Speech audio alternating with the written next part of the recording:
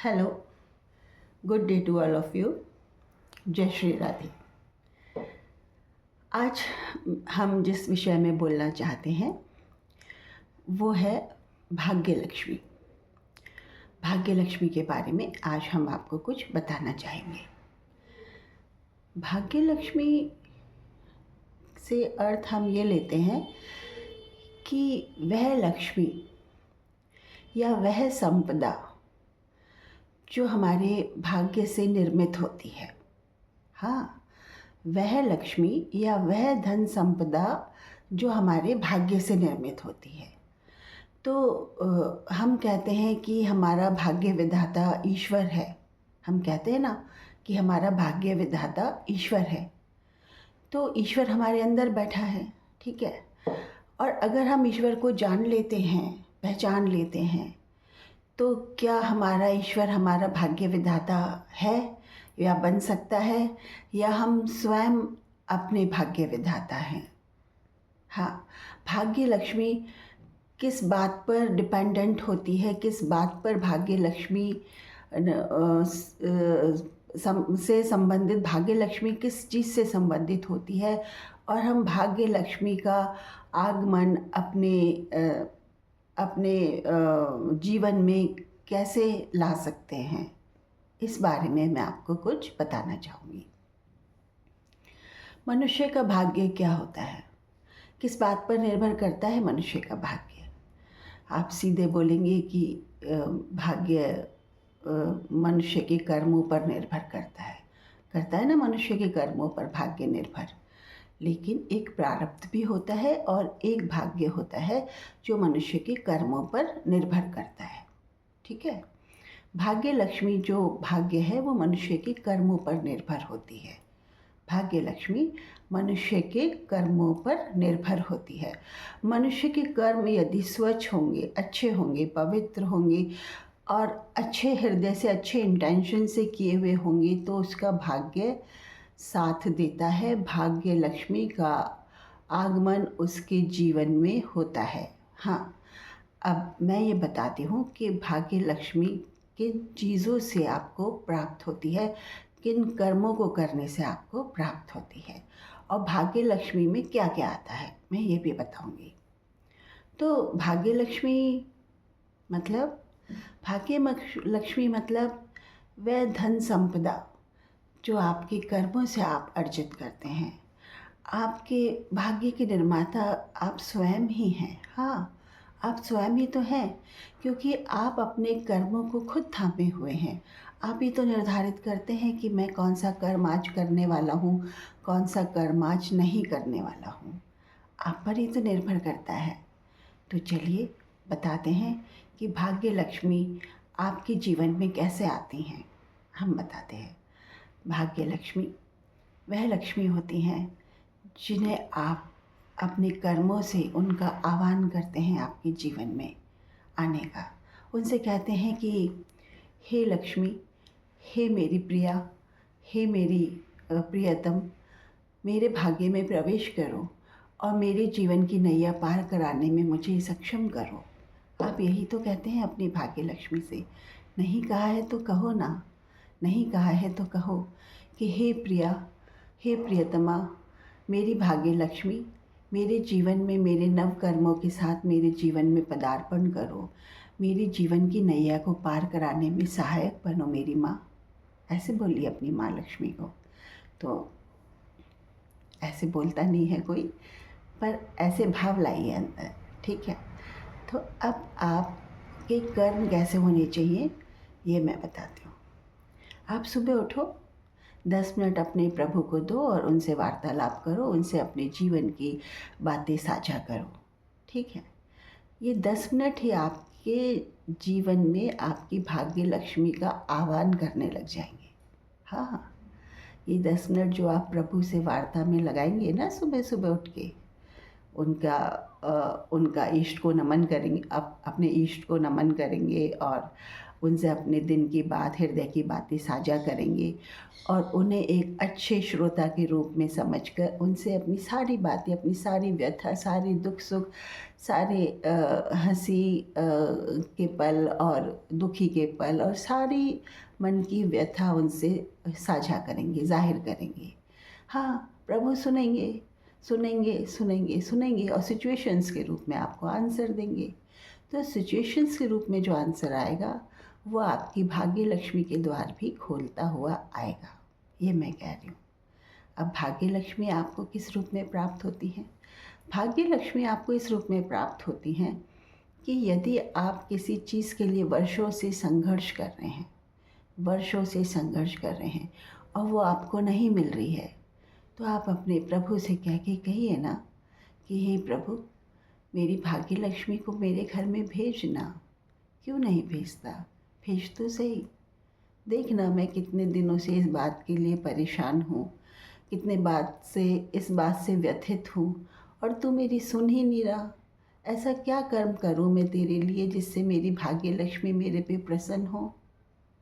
हाँ, ऐसी बात भी आप प्रभु से कर सकते हैं, पर ऐसे विचार आपके हृदय में आते नहीं हैं, तो आप बात कैसे करेंगे ऐसी?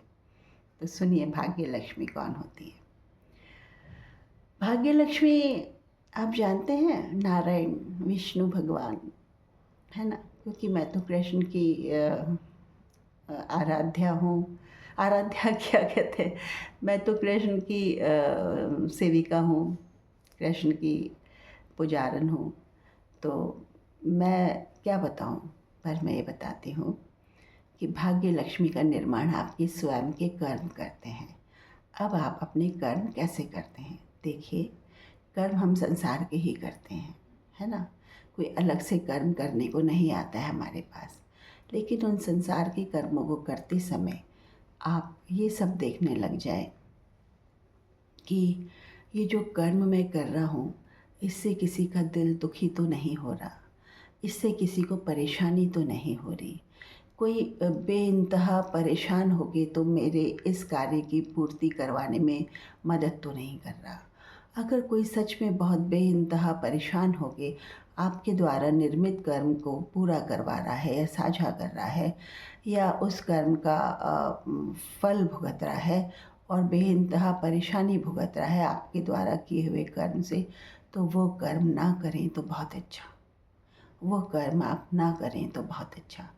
अब सुनिए, हम दूसरे कर्मों की बात करें या ना करें, लेकिन अपने कर्म हमें सुंदर और स्वच्छ बनाने चाहिए।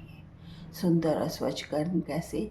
सुंदर और स्वच्छ कर्म ऐसे कि अगर हम ये कहें कि हमें ये करना है, वो करना है, यूँ करेंगे, यूँ करेंगे, तो ऐसा ना सोच के अगर हम ये कहें कि हे प्रभु, तू ही तो करवा रहा है, हे प्रभु, तू ही तो मेरे अंदर बैठा हुआ सब कुछ कर रहा है, मैं हूँ क्या यार, मैं तो कुछ हूँ ही नहीं, तू ही बैठा तो सब कुछ कर रहा है। और वास्तव में आप अगर जानें तो शरीर में जो कर्ता का कार्य है, जो कर्म करने का कार्य है, ये कर्म हमारा प्रभु या हमारा सोल या हमारी आत्मा या हमारा इष्ट ही करता है। पर हम अपने नकली मैं के चक्कर में हम खुद का मैं बोल बोल के ये प्रतिबिंबित करते हैं, ये अपने जीवन में उतार लेते हैं कि फला कर्म, फला वक्त, फला चीज़ मैं कर रहा हूँ मैं। अरे यार, तुम हो कौन यार? ये मैं जो कर रहे हो संसार को चलाने वाला मैं है। हाँ, ऊपर ही मैं जो शांत हो जाता है बाद में, है ना? उस मैं का कोई रोल नहीं है, बस just to make you wander around in the world. That मैं is going on, but that मैं is nothing. You just think that ये जो मैं बोलता हूँ ना, ये मैं मेरा नहीं है, मेरे ईश्वर का है, मेरे भगवान का है, मेरे इष्ट का है। ये मैं उनको उनको इंगित करता है, उनको इंडिकेट करता है। दिस मैं doesn't belong to me, it belongs to my ईष्ट। इस मैं पे जो अधिकार है मेरे इष्ट का, मेरे स्वामी का, मेरे परमेश्वर का है। आप अगर इस बात को भी लागू करने लग जाए ना जीवन में कि इस मैं पर मेरे इष्ट का अधिकार है, मेरे स्वामी हैं जो मैं बोलते हैं। आप अगर ये चीज़ भी धारण कर लें, जब भी आपके मुंह से मैं निकले या मैं बोले, तो बस आप ये बोलें कि ये मैं मेरे इष्ट का है, मेरा नहीं, मेरे इष्ट का। मेरे भगवान का, जो भी आपके प्रियतम भगवान है वो, कि मेरे भगवान का है।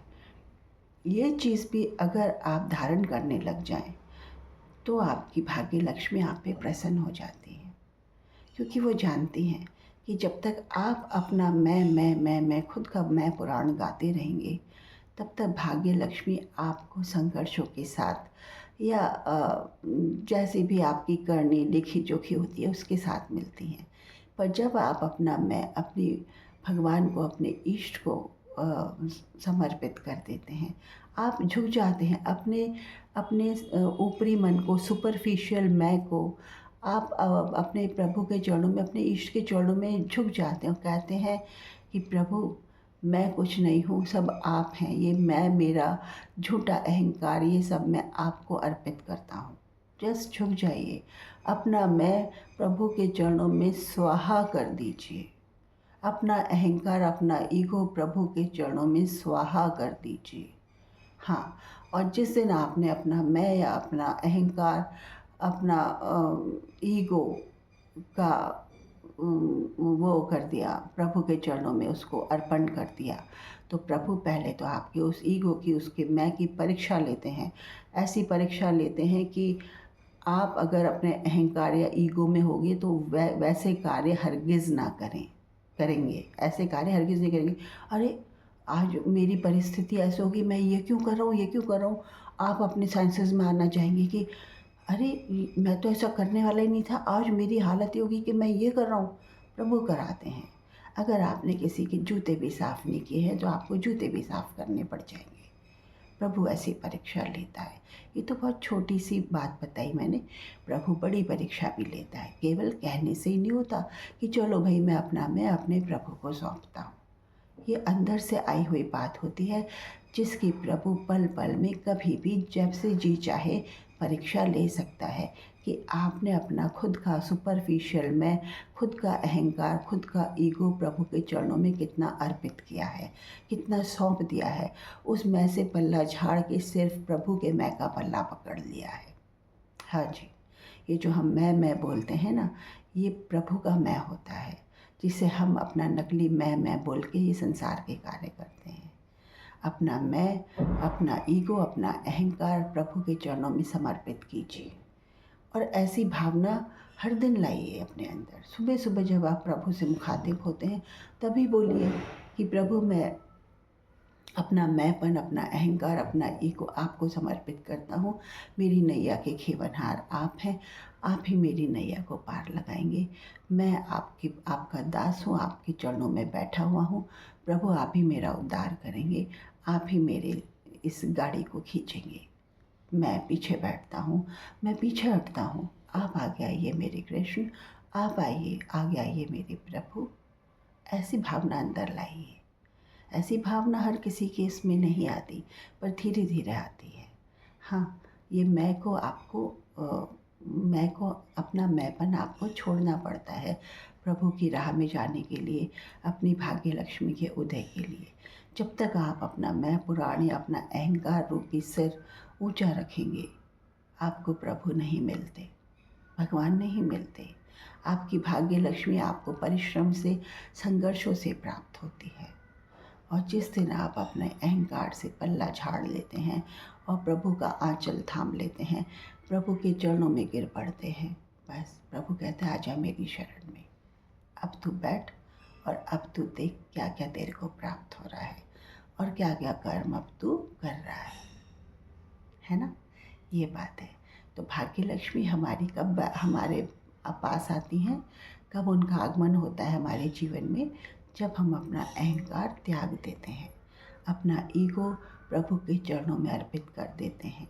रोज़ाना सुबह जब आप 10 मिनट मुखातिब होते हैं अपने भगवान से, आप अपना ईगो अब उनके चरणों में अर्पित कर दीजिए।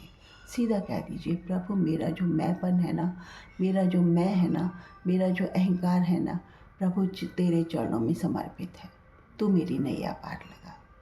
प्रभु से कैसी शर्म, प्रभु के सामने क्या अहंकार रखना। प्रभु के सामने समर्पित हो जाओगे तो अच्छा ही तो होगा। उसमें आप अपना ये समर्पण भाव भी हर किसी में नहीं आता। मैं हर किसी से आसानी से नहीं छूटता, ये भी जान लेना। और जिसके अंदर ये मैं का समर्पण भाव आ जाता है, उसके तो दिन फिरने लगते हैं। आप ये जानो, परीक्षाएं होती हैं, होंगी, कि प्रभु के लिए आप सुपरफिशियली रूप से समर्पित हुए हो या हृदय से हुए हो। हृदय से हुए होगे तो प्रभु आपकी तरफ आकर आपकी परीक्षा पास भी करवा देगा। और अगर झूठे हो, अंदर से झूठे, चालाक, दम्भी, हाँ झूठे, तो प्रभु कहेगा कि जा जा, कहाँ है तू और कहाँ हूँ मैं, और थोड़ा और दूर हो जाएगा। ऐसा भी हो जाता है। तो भाग्य लक्ष्मी के निर्माता आप नहीं, आपका प्रभु है। आप तो बस अपने मैं को, सुपरफिशियल मैं को, ये जो आपका अहंकार है, जो आप बड़बोलापन है आपका, उसको छोड़ दीजिए। और अपने अगर जो भी आप अगर कुछ बोलते हैं और किसी ने आपकी प्रशंसा भी करी कि देखो आपने ये कार्य कर दिया, बहुत अच्छा किया, बहुत बहुत थैंक यू, बहुत बहुत बढ़िया, सच में आप बहुत बढ़िया कार्य करते हैं, बहुत बहुत, तो कहिए अजीब मैं कहाँ, मैं तो सेवक हूँ प्रभु का। ये कहिए, करने वाले तो सब वही हैं, मैं तो क्या हूँ उनके सामने। ठीक है, अपनी प्रशंसा भी प्रभु को अर्पित कर दीजिए। हाँ, अपनी प्रशंसा प्रभु को अर्पित कर दीजिए। आपके जो भी अच्छापन, जो भी आपकी अच्छाई है, सब प्रभु को अर्पित कर दीजिए कि ये मेरी अच्छाई नहीं है, सब उसकी है, सब उसकी कृपा है, सब उसकी दया है। बस अपने गीत छोड़ के ईश्वर के गीत गाने शुरू कर दीजिए और आपकी भाग्य लक्ष्मी का द्वार खुल जाएगा। भाग्य लक्ष्मी मुस्कुराती हुई, खिलखिलाती हुई आपके जीवन में प्रवेश करेंगी। आप अपना ईगो छोड़िए, अपना अहंकार छोड़िए और बस ये कहिए कि मैं तो बस प्रभु का हूँ, जैसा वो चला रहे हैं वैसे चलता हूँ, वरना मेरे में तो क्या है, हाड़ मास का पुतला हूँ बस, जैसे वो चला रहे हैं वैसे चलता हूँ। सब उनका ही तो किया हुआ है, मेरा क्या है, क्या लेके आया था जो मैं क्या लेके जाऊँगा। सब उन्होंने दिया है, उनकी माया वही जाने, उनकी काया वही जाने, उनकी छाया वही जाने। और क्या बताएं, ये बताना ही है कि भाग्य लक्ष्मी आ जाती हैं, ऐसे आती हैं। कर्मों में अच्छे इंटेंशन रखिए, कर्म जो भी करें उनमें अच्छा भाव रखिए और सुखद अनुभूति कीजिए। बस आज इतना ही। जय श्री राधे।